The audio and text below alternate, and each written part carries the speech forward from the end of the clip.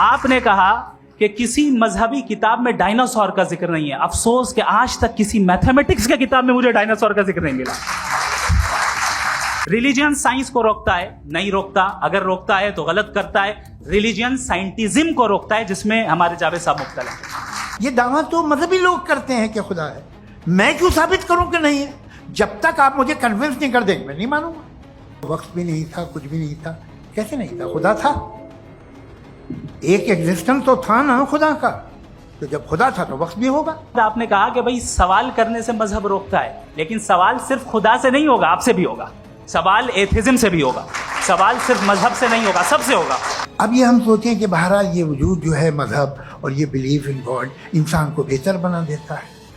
तो एक काम कीजिए, हिंदुस्तान वर्ल्ड का नक्शा लीजिए और मार्क कीजिए कि रिलीजन कहाँ कहाँ जाता है। रख दीजिए नक्शा अलग। अब दूसरा नक्शा कि कहाँ कहाँ नाइंसाफ़ी, रिप्रेशन, औरतों के हुकूक की पामाली, जुल्म, डिक्टेटरशिप कहाँ है।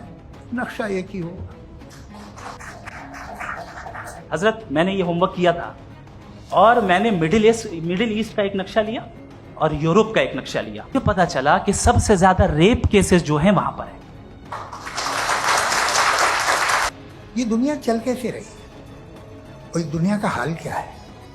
45,000 बच्चे जो 10 साल की उम्र से कम थे वो गाजा में मरे हैं। भूख से काला हांडी में बच्चे मरते हैं और डिप्थीरिया से मरते हैं। इसलिए आप दुआएं मांगते हैं हमारी, ये काम कर दे वो कर दे, तो इसका मतलब डे टू डे लाइफ में वो इंटरफेयर करता है और ये देख रहा है वो।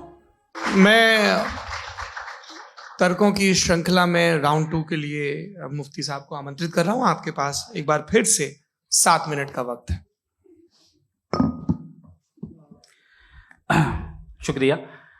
जनाब जावेद अख्तर साहब कई मर्तबा दोहरा रहे हैं कि फेथ का मतलब बताइए, फेथ का मतलब बताइए। मैंने बता दिया, फेथ सही भी होता है, गलत भी होता है। और आज हम फेथ पे बात नहीं कर रहे, हम ट्रुथ और डज गॉड एग्जिस्ट पे बात कर रहे हैं। क्या डज गॉड एग्जिस्ट, ये ट्रुथ यानी गॉड है या नहीं है, इसमें से दोनों ट्रुथ क्या है। अब आप उसे फेथ कह लें, बिलीफ कह लें, नॉट माई बिजनेस। उसके बाद आपने कहा कि भाई सवाल करने से मजहब रोकता है।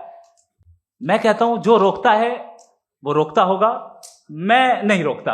बल्कि सवाल करें, सवाल करना चाहिए। सवाल कर करके तो हम आगे बढ़ते हैं, तरक्की करते हैं, और इसीलिए मैं आज यहां पे आया हूं। लेकिन सवाल सिर्फ खुदा से नहीं होगा, आपसे भी होगा। सवाल एथिज्म से भी होगा। सवाल सिर्फ मजहब से नहीं होगा, सबसे होगा। और आज मैं सवाल करूंगा और उम्मीद है कि आप जवाब देंगे। अभी तक आपने वैसे कॉन्टिंजेंसी आर्गुमेंट का कोई जवाब नहीं दिया। चलें, आपने कहा यूनिवर्स के बारे में इटर्नल क्यों नहीं बोल देते।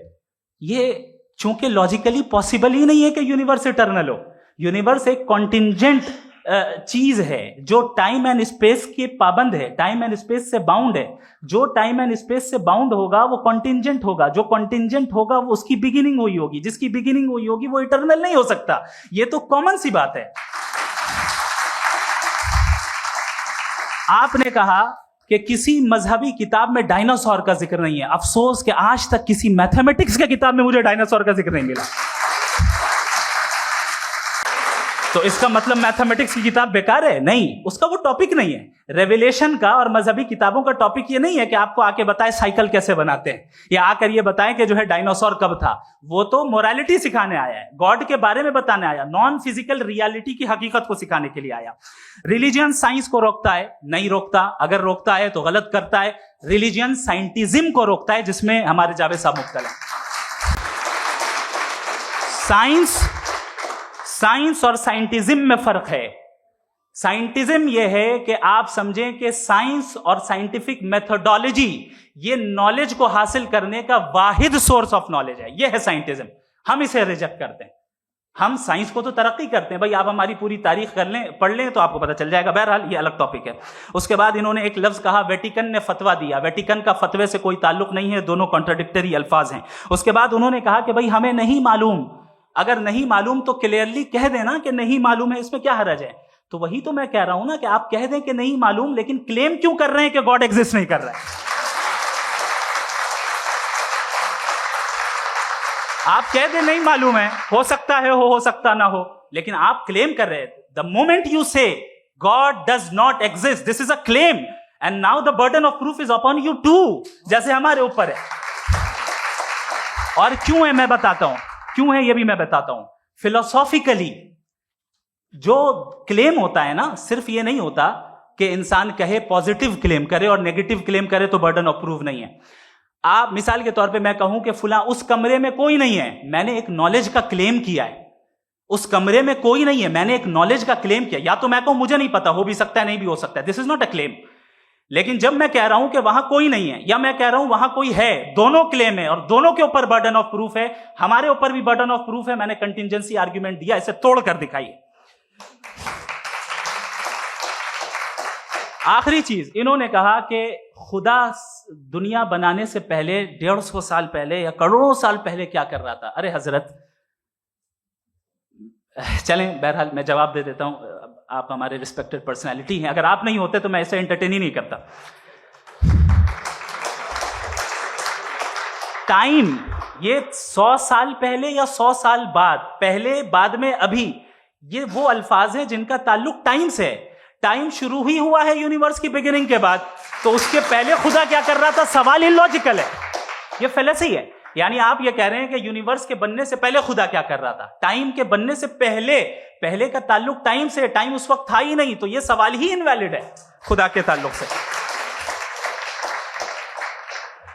दूसरी चीज, आर्ग्यूमेंट ऑफ कंटिजेंसी जो मैंने आपके सामने पेश की है, आपने बार बार ये प्रूफ किया और ये कह रहे हैं कि गॉड ऑफ गैप्स।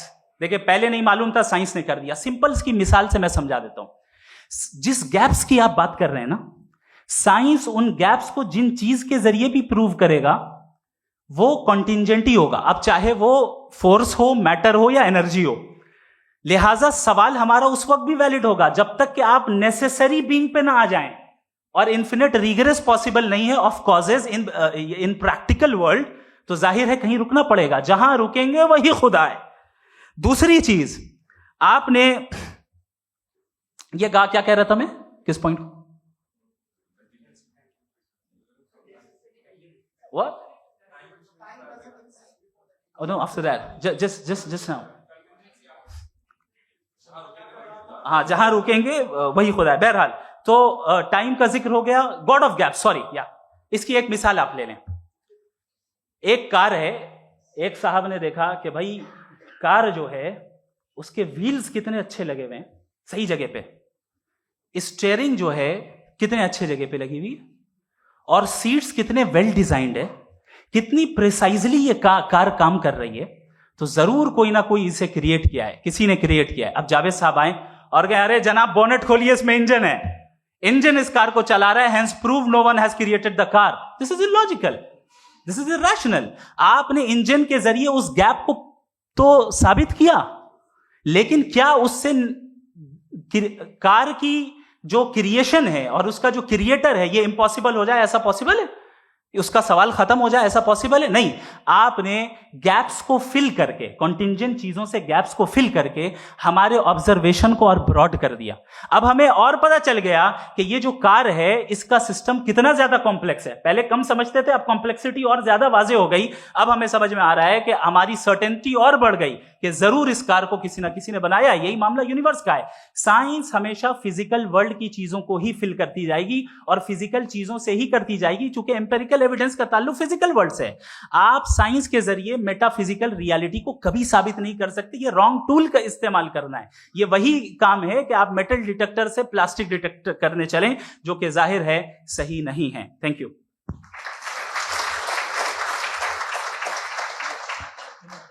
जी, ये आर्ग्यूमेंट का राउंड 2 है। हाँ। 7 मिनट है। पहले तो मैं आपसे अर्ज करूं कि आपने कहा कि जब कायनात ही नहीं थी तो वक्त भी नहीं था, कुछ भी नहीं था। कैसे नहीं था? खुदा था, एक एग्जिस्टेंस तो था ना खुदा का। तो जब खुदा था तो वक्त भी होगा। ऐसा नहीं है कि कुछ भी नहीं था, खुदा था। अच्छा, बाकी एक आपने कहा साहब आप साबित कीजिए, आपके पास भी लॉजिक है या मेरे पास भी लॉजिक है। आप मेरा जिम्मेदारी नहीं है साबित करना कि खुदा है। बर्टन रसल ने बड़ी अच्छी बात कही। बर्टन रसल ने बड़ी अच्छी बात कही। मैं आपसे अगर ये दावा करूं कि एक चाय की केतली मरीख के चारों तरफ घूम रही है, मार्स के चारों तरफ, तो ये आपका काम नहीं है कि आप साबित करें कि कोई चाय की केतली नहीं है। ये मेरा काम है, मैंने दावा किया है। ये दावा तो मजहबी लोग करते हैं कि खुदा है, मैं क्यों साबित करूं कि नहीं है? जब तक आप मुझे कन्विंस नहीं कर देंगे मैं नहीं मानूंगा। आपकी जिम्मेदारी है, मेरी जिम्मेदारी नहीं है। दोयम ये कि ये जो आप कह रहे हैं, जो गैप्स हैं, ये गैप जब जब किसी मजहब को चैलेंज करते हैं, जब ऐसा कोई बात आती है तो हंगामा हो जाता है कि जब वो चैलेंज करें किसी फेथ को। ये तमाम साइंस जो है इसे मुख्तलिफ जगहों पे मुख्तलिफ वक्तों में मजहब ने रोकने की कोशिश की है। ये किताब है religion and science Bertrand Russell की, पढ़िएगा, अच्छी लगेगी आपको। तारीख ही है साइंस, मजहब की साइंस से उसका यही रिश्ता है। अच्छा, अब ये हम सोचें कि बहरहाल ये वजूद जो है मजहब और ये बिलीव इन गॉड इंसान को बेहतर बना देता है, तो एक काम कीजिए, हिंदुस्तान वर्ल्ड का नक्शा लीजिए और मार्क कीजिए कि रिलीजन कहाँ कहाँ ज़्यादा है, कहाँ कहाँ, चाहे वो लैटिन अमेरिका हो या मिडल ईस्ट हो या फार ईस्ट हो या हिंदुस्तान के वो इलाके जहाँ मजहबियत ज़्यादा है। रख दीजिए नक्शा अलग। अब दूसरा नक्शा कि कहाँ कहाँ नाइंसाफ़ी, रिप्रेशन, औरतों के हुकूक की पामाली, जुल्म, डिक्टेटरशिप कहाँ है, नक्शा एक ही होगा। तो आप मुझे बताएं कि जो इसका तरकीब इस्तेमाल क्या है, खुदा का तरकीब इस्तेमाल तो बताइए। आप छोटी सी दवा सड़क पे बेचते हैं, उसकी भी तरकीब इस्तेमाल बताते हैं। इसके इस्तेमाल से तो फायदे नहीं हुआ किसी को। जो सारे के सारे खराब मुल्क हैं, खराब समाज है, वो सारे जुल्म खुदा के नाम पे करते हैं। वो गलत करते हैं, सही करते हैं, मुझे क्या लेना देना उससे। इस्तेमाल से मालूम होता ना। एक विस्की की बोतल कभी शायद देखी हो आपने, लाल रंग की होती है, उस पर रोशनी और छिपड़ी इंतहाई खूबसूरत लगती है, क्या बिगाड़ रही है किसी का? उसका इस्तेमाल गलत है, इसलिए आप उसे नापसंद करते हैं। इसका इस्तेमाल गलत है, इस तसव्वुर का इस्तेमाल ही गलत है और हमेशा से गलत हुआ है। आप देख लीजिए, इंसानी तारीख देख लीजिए, आज देख लीजिए, हिंदुस्तान देखिए, दुनिया देख लीजिए, क्या हो रहा है। इसे कैसे इस्तेमाल कर रहे हैं फेथ वाले लोग? क्या फेयर हैं, जस्ट हैं, जो अपने खुदाओं पे यकीन रखते हैं? वो किस तरह के लोग हैं? वो लोगों को इंसाफ देते हैं, वो बेहतर इंसान बने। तो इस दवा का फायदा क्या है? चलो बहुत फायदा हो रहा तो मैं इस्तेमाल कर लूंगा, मुझे तो इस दवा का कोई फायदा दिखता ही नहीं। मुझे तो ऐसा लगता, मैं एक और बात बताऊं, अगर कोई आदमी मजहबी है और अच्छा आदमी है तो मैं उसकी बहुत इज्जत करता हूं, इसलिए कि मेरा ख्याल है मजहबी आदमी का अच्छा होना मुझसे अच्छा होने से ज्यादा मुश्किल है।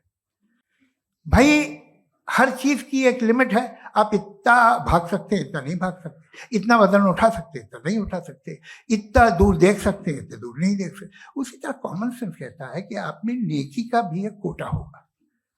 अब आप अगर सुबह जाते हैं अपनी इबादत गाह और इबादत करते हैं, तो बाहर निकलते हैं तो आप तो यही महसूस करते हैं कि आपने एक बहुत अच्छा काम किया, आपकी नेकी का एक बहुत बड़ा कोटा खर्च हो गया जिससे किसी का कोई फायदा नहीं।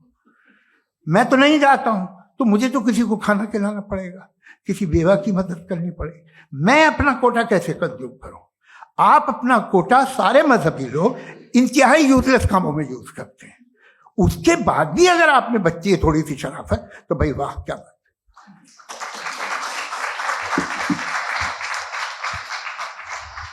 एक तो मुझे ये बात बहुत अच्छी लग रही है कि दोनों ही विद्वान समय को मानते हैं और बहुत समय से अपनी दलीलें और बाज दफा समय से पहले अपनी तकरीरें पूरी करके अपनी अपनी कुर्सी पर बैठ रहे हैं।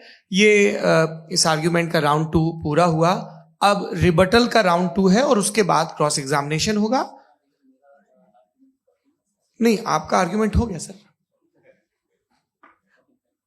हमारे यहाँ स्कूल के सिलेबस में पंच परमेश्वर कहानी पढ़ाई जाती है, प्रेमचंद जी की लिखी हुई। आप निश्चिंत रहिए, आपके कोई राउंड में मिस नहीं होने दूंगा। रिबटल का राउंड 2, मुफ्ती शमाइल नदवी साहब।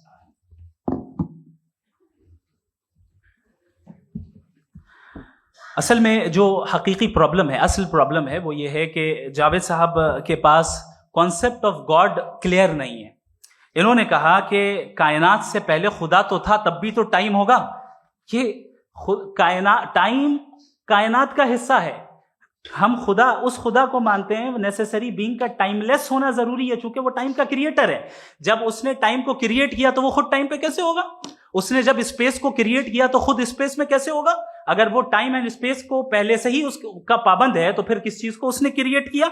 लिहाजा ये सवाल गलत है कि खुदा था तो टाइम होगा। बिल्कुल नहीं, टाइम के पाबंद हम है, खुदा नहीं है। हम फिजिकल वर्ल्ड से ताल्लुक रखते हैं, वो मेटाफिजिकल रियलिटी है। दूसरी चीज इन्होंने मिसाल दी कि चाय की केतली हवा में घूम रही होगी, और पता नहीं शायद वो बर्टन रसल का उन्होंने हवाला दिया। बहरहाल यही प्रॉब्लम है। प्रॉब्लम यही है कि हम चीजों के दरमियान डिफरेंशिएट नहीं कर पाते। ये जो आपने मिसाल दी ये इमेजिनेशन है, और मैं जो साबित कर रहा हूं वो लॉजिकल नेसेसिटी है।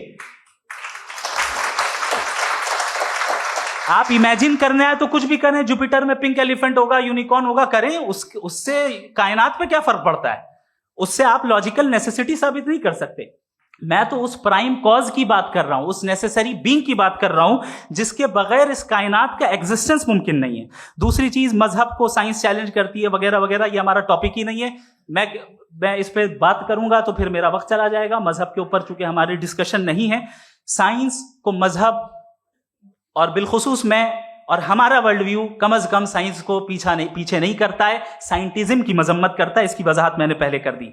दूसरी चीज इन्होंने कहा वर्ल्ड का नक्शा लीजिए, वर्ल्ड मैप लीजिए, दो अलग अलग जगह की। हजरत मैंने ये होमवर्क किया था, और मैंने मिडिल ईस्ट का एक नक्शा लिया और यूरोप का एक नक्शा लिया, ये मजहबी इलाका और ये लिबरल और एथीस्ट इलाका। मुझे पता चला कि सबसे ज्यादा रेप केसेस जो हैं वहां पर है।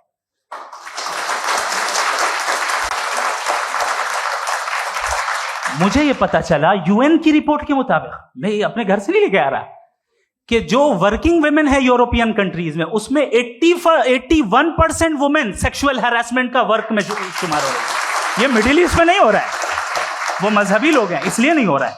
दूसरी चीज, आपने ये कहा कि मजहबी आदमी का अच्छा होना हमारे अच्छे होने से बहुत मुश्किल है, बहुत मुश्किल है। तो इसका मतलब यह है कि गॉड के अलावा आपके पास अच्छे और बुरे का कोई स्टैंडर्ड है। मैं चाहूंगा कि कन्वर्सेशनल स्टाइल वाले डिस्कशन और सेगमेंट पे इसी पे बात कर लेते हैं। Thank you very much.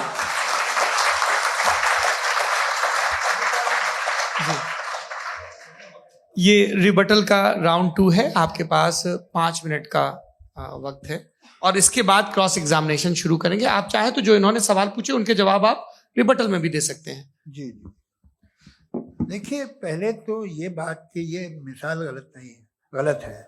इन्होंने पहले ही हमको डिसार्म कर दिया। कह लिया अकल से मामला सॉल्व नहीं हो सकता, लॉजिक से आप पहुंच नहीं सकते। ये एक मेटाफिजिकल चीज़ है। मेटाफिजिकल अजीब सा लफ्ज़ है, ठीक से किसी को माने नहीं मालूम इसके, तो ऐसा लगता है कुछ बड़ी चीज़ है। अरे भाई, क्या होता है मेटाफिजिकल, बताओ, खड़ी हो।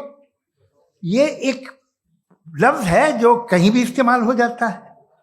जब आप एक बात कर रहे हैं और आप मुझसे बहस कर रहे हैं तो मुझे मेटाफिजिकल मत बताइए, आप लॉजिकली मुझे प्रूफ किए। और अगर लॉजिकली आप नहीं बात करते साहब ये मेटाफिजिकल है, तो फिर हम आप बात क्या कर रहे हैं?